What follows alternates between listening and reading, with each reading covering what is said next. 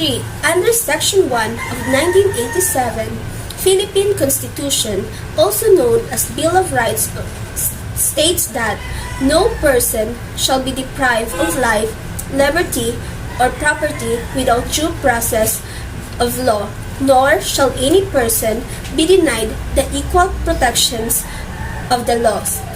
It means that Section 1 of Article 3 is a cornerstone of our legal system.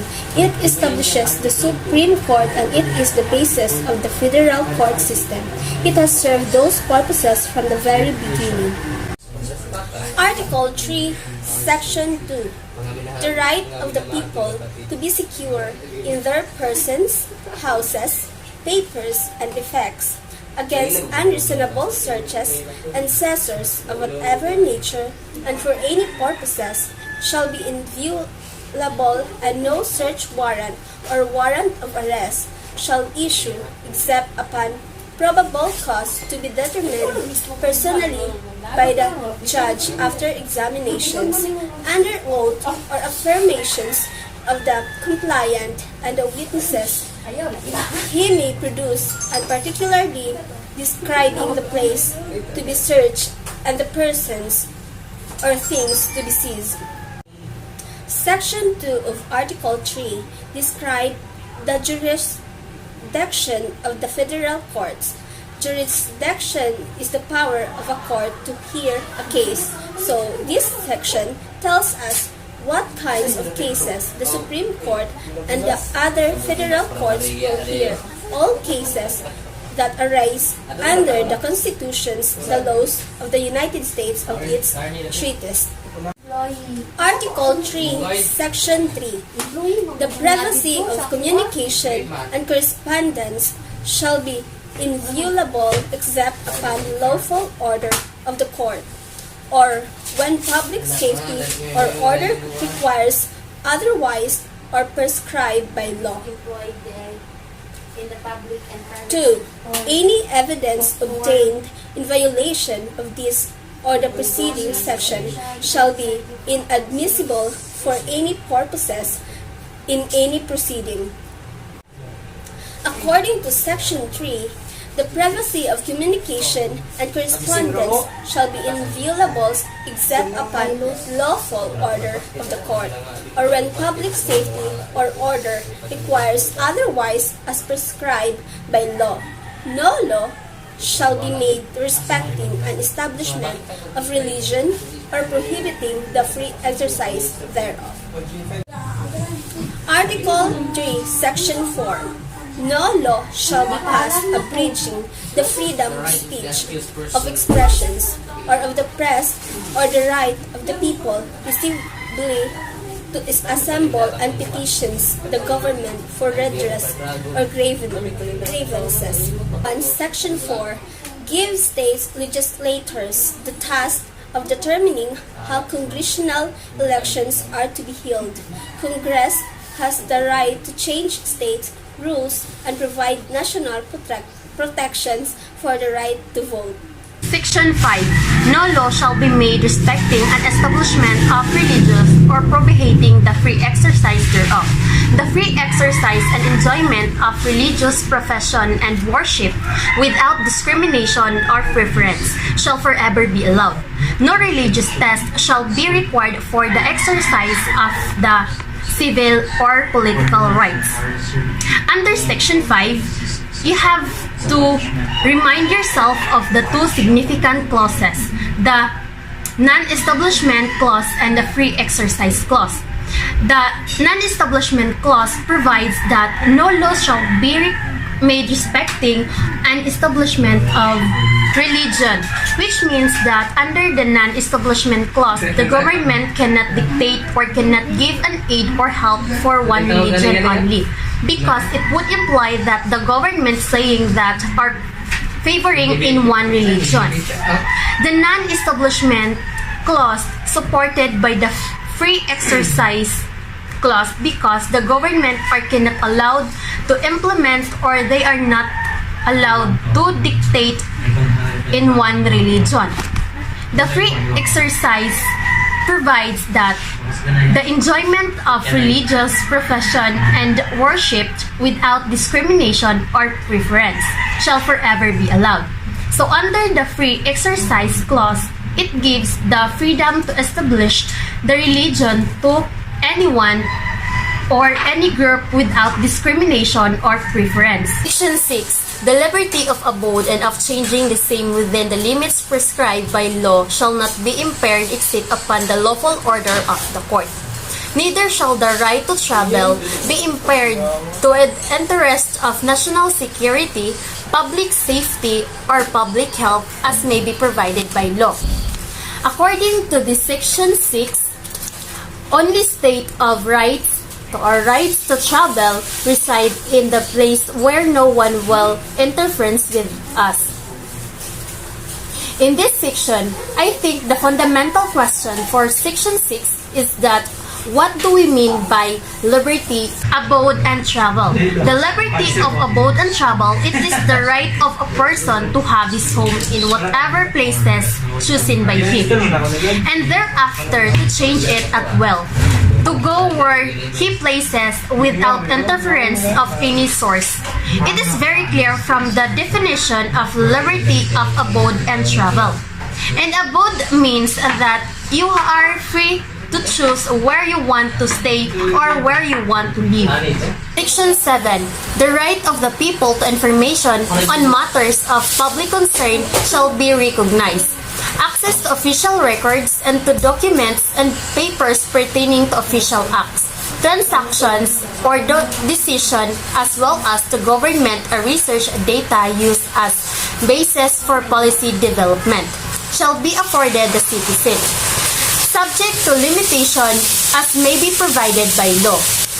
According to this section, only state that should recognize the right of the people and know about the things related to it. The people have the right to ask information or be given information, which has something to do with matters affect the public. So we as a public have the right to know what is happening. Section 8. The right of the people, including those employed in the public and private sector, to form unions, associations, or societies for purposes not contrary to law shall not be abridged. Under Section 8, employees are given the right and freedom, whether publicly or privately, to form union association which are not contrary. This section gives right the employee to form their union and therefore exercising their right to air out their problem to their company. The right to form association means that it is the freedom to organize or to be a member of any group or association, union, or society, and to adopt the rule which the members judge must appreciate to achieve their purpose. Section 9. Private property shall not be taken for public use without just comprehension. According to Article 3, Section 9 of the Constitution, states that the private property shall not be taken for public use without just comprehension. Toward this end, the state shall not ensure that owners of real property acquired for national government infrastructure projects are promptly paid. Just comprehension means not only the correct determination of the amount to be paid to the owner of the land, but also the payment of the land within a reasonable time from its taking. Section 10. No law impairing the obligation of contract shall be passed. According to RA 9851, Philippine Act, crimes against international humanitarian law, genocide, and other crimes against humanity.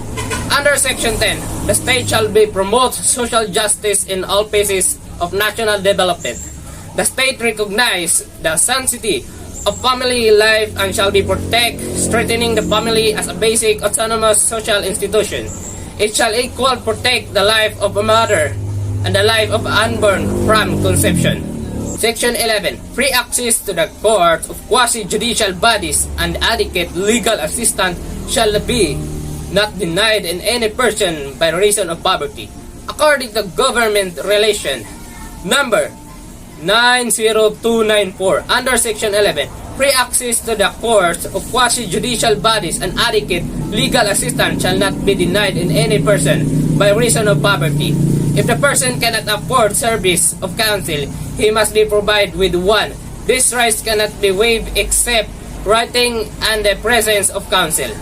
Section 12. Any person under investigation for commission of an offense shall have the right to be informed of his right to remain silent and to have competent and independent counsel, preferably his own choice. If the person cannot be afforded the service of counsel, he must be provided one. This the right was waived except in writing and presence of counsel. Number 2. No torture, force, violence, threat, intimidation, or any means which vitiate the free will shall be used against him. Secret detention, place, solitary, incominado, or other similar forms of detention are prohibited. Number 3. Any confession or admission obtained in violation of his section 17 hereof shall be admissible in evidence against him. Number 4. The law shall provide for penal and civil sanction for violation and sections, as well compensation and rehabilitation of victims, torture, or similar practices and their families. According to Republic Act 7438, defines certain rights of a person who arrested or detained or under custodial investigation, which serves as additional safeguards for a person who are under arrest. This Republic Act is to support to the provision of our Constitution, are previously said, and lessen legal basis arrest. Discover the rights offense and the penalties related to this law. Custodial investigation includes the practices of ensuing to a person who is investigated in the connection with an offense he is suspectedly to have committed. Article 3, Section 13. All persons except those charged with offenses punishable by reclusion perpetua, when evidence of guilt is strong, shall, before conviction, be bailable by sufficient sureties, or be released on recognizance as may be provided by law. The right to bail shall not be impaired, even when the privilege of the writ of habeas corpus is suspended. Excessive bail shall not be required. So the Section 13, Article 3 means that the right of an accused person to post bail. So bail is simply security required by a court, and this is used for temporary or provincial release of a person who is in the custody of the law. If a person does non-bailable cases like rape, murder, and kidnapping, if the prosecution fails to prove the evidence of guilt is strong, the court may allow the posting of bail by the accused. Section 14, paragraph number 1. No person shall be held to answer for a criminal offense without the due process of law. Paragraph number 2. In all criminal prosecutions, the accused shall be presumed innocent until the contrary is proved, and shall enjoy the right to be heard by himself and counsel, to be informed of the nature and cause of the accusation against him, to have a speedy, impartial, and public trial, to meet the witness face to face, and to have compulsory process to secure the attendance of the witness and the production of evidence in his behalf. However, after arrangement, trial may proceed notwithstanding the absence of the accused, provided that he has been duly notified and his failure to appear in unjustifiable. So it is the rights of the accused not to be held the accused to answer of his criminal offense without due process of law. There should be trial, and it should be through due process. It also provides that the accused has the right to a speedy, impartial, and of course public trial. Section 15. The privilege of the writ of habeas corpus shall not be suspended except in cases of invasion or rebellion when the public safety requires it. So it means that it talks about the privilege of writ of habeas corpus, non-suspension of the privilege of the writ habeas corpus, except in cases of invasion or rebellion. This privilege can only be suspended in cases of invasion and rebellion. Section 16. All persons shall have the right to a speedy disposition of their cases before all judicial, quasi-judicial or administrative bodies. So, the Section 16, Article 3 of the Constitution enjoins all judicial, quasi-judicial, or administrative bodies to ensure that all persons shall have the right to a speedy disposition of their cases. Section 17. No person shall be compelled to a witness against himself. So it means that the right against self-incrimination, it means that a person cannot compel or force anyone to be a witness against himself or herself. Article 3, Section 18. In the first paragraph, it states that no person shall be detained solely by reason of his political beliefs and aspirations. Second, no involuntary servitude in any form shall exist except as a punishment for a crime whereof the party shall have been duly convicted. In the freedom to believe is absolute, but freedom to act in accordance with such political belief is limited. So, every person has its own conscience, and this conscience, whether that a rich or poor man, or that of the weak or mighty, should not be restrained, except when it is translated into action that directly transgress the law. In Article 3, Section 19, in the first paragraph, it states that excessive fines shall not be imposed, nor cruel, degrading, or inhuman punishment inflicted, neither shall be the death penalty be imposed unless for compelling reasons involving heinous crimes, the Congress either provides for it.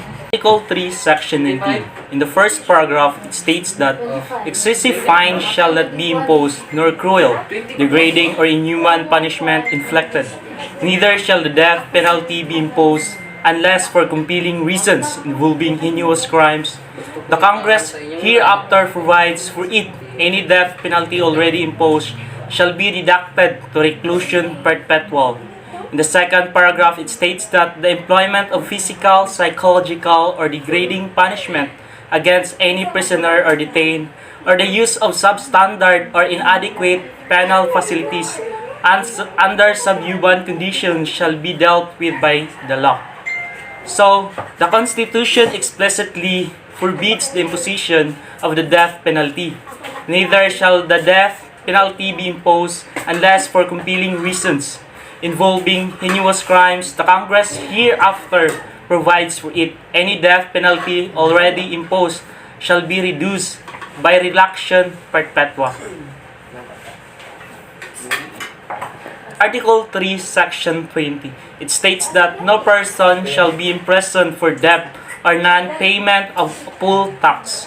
So, in this section, it states that no person shall be imprisoned for debt or non-payment of a poll tax. But creditors can still bring you to the court to demand and enforce payment of your debts. Plus, if you issued checks to repay your debts, you will be subject to Batas Pambansa, the law that penalizes the making of drawing and issuance of a check without sufficient funds or credit and for other purposes. Article 3, Section 21. In this section, it states that no person shall be twice to put in jeopardy of punishment for the same offense. If an act is punished by a law and an ordinance, conviction, or acquittal under either shall constitute a bar to another prosecution for the same act. So, in this section, it is the protection against double jeopardy may ensure to the benefit of an accused. The following requisites must have obtained in the first criminal action: a valid complaint or information, a competent court, the defendant and the pleaded to the charge, and the defendant was acquitted or convicted on the case against him was dismissed or otherwise terminated without his express consent. Article 3, Section 22. It states that it is physically no ex post facto law or bill of attainder shall be enacted. So, the ex post facto means happening or promulgated after the fact. If vested rights or obligations of contracts are not impaired, and if favorable to the accused, they are okay. Then, an ex post facto law is a law that retroactively changes the legal consequences or status of actions that were committed or relationships that existed before the enactment of the law. In criminal law, it may criminalize actions that were legal when committed. It may aggravate a crime by bringing into a more severe category than it was in when was committed. It may charge the punishment prescribed for a crime as by adding new penalties or extending sentences. Or it may be alter the rules of evidence in order to make conviction for a crime likelier than it would have been dead was committed.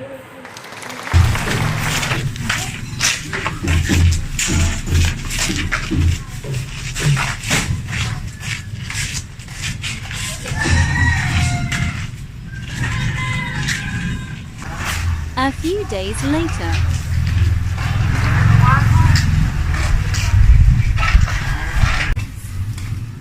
Hoy! Hoy! Ganun yung naglabayan dira. Ano yung malang ginalabayan na akong balay dira? Wala may tao. Sa likulay tao? Hindi lamay din yung may tao.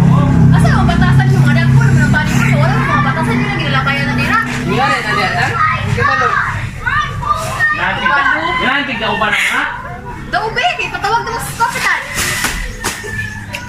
Tawag, isulay ang daw ba? Kaya balik dyan wala na?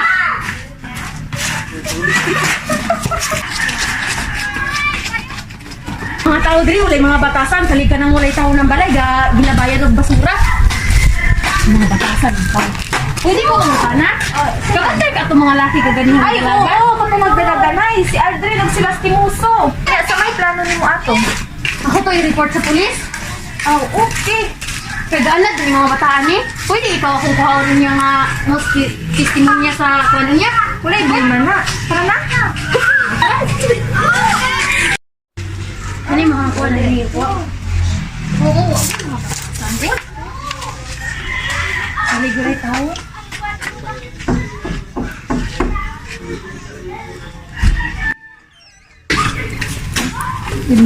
Good afternoon, ma'am. Good afternoon. Saan na akong ikatabang ninyo? Naroon ta may report, ma'am. Ah, sige, sunod mo.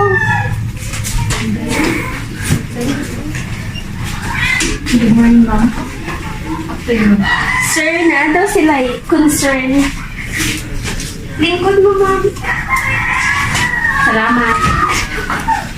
Sir, good afternoon, sir. Good afternoon, ma'am. Unsa man akong maikatambag nimo, ma'am?